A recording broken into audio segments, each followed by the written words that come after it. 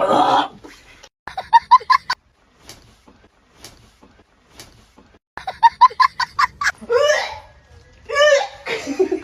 যা, চোখের সামনে তো সরে যা, সর সর।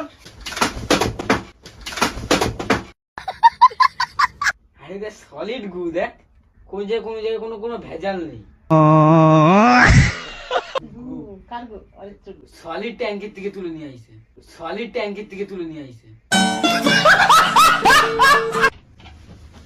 কি